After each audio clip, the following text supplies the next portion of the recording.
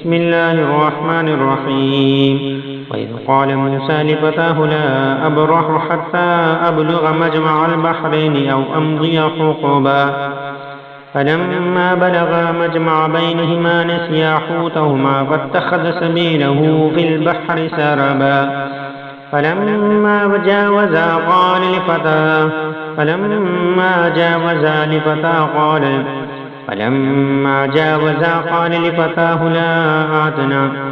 فلما جاوزا قال لفتاه آتنا غداءنا لقد لقينا من سفرنا هذا نصبا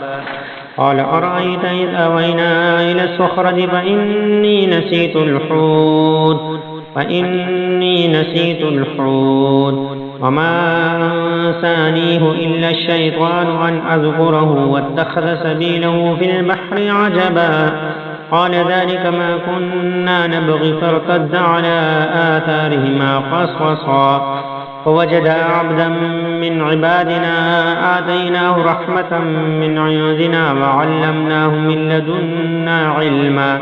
قال له موسى هل أتبعك على أن تعلمني مما علمت رشدا قال إنك لن تستطيع معي صبرا وكيف تصبر على ما لم تحط به خبرا قال إنك لن تستطيع معي صبرا وكيف تصبر على ما لم تحط به خبرا قال ستجدني إن شاء الله صابرا ولا أعصي لك أمرا قال فإن اتبعتني فلا تسألني عن شيء حتى أحدث لك منه ذكرا فانطلقا حتى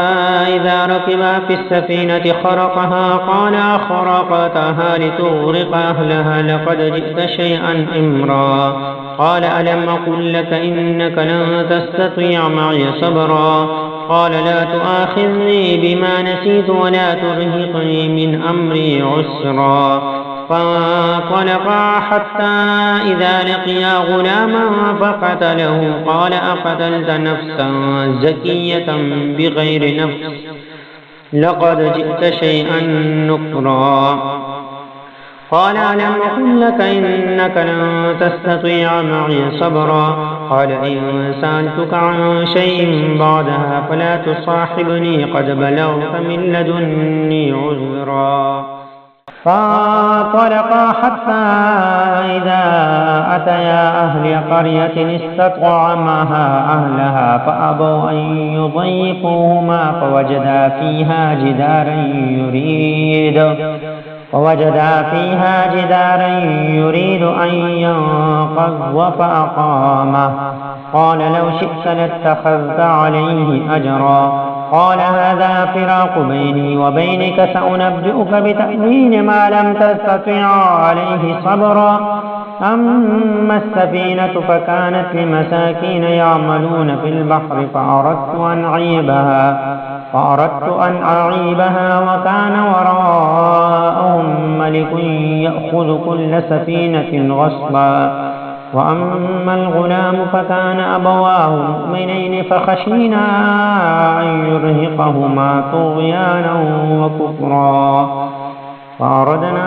أن يبدلهما ربهما خيرا منه زكاة وأقرب رحما وأما الجدار فكان لغلامين يتيمين في المدينة وكان تحته كنز لهما وكان أبوهما صالحا فأراد ربك أن يبلغا أشدهما ويستخرجا كنزهما رحمة من ربك وما فعلته عن أمري ذلك تأويل ما لم تستطع عليه صبرا.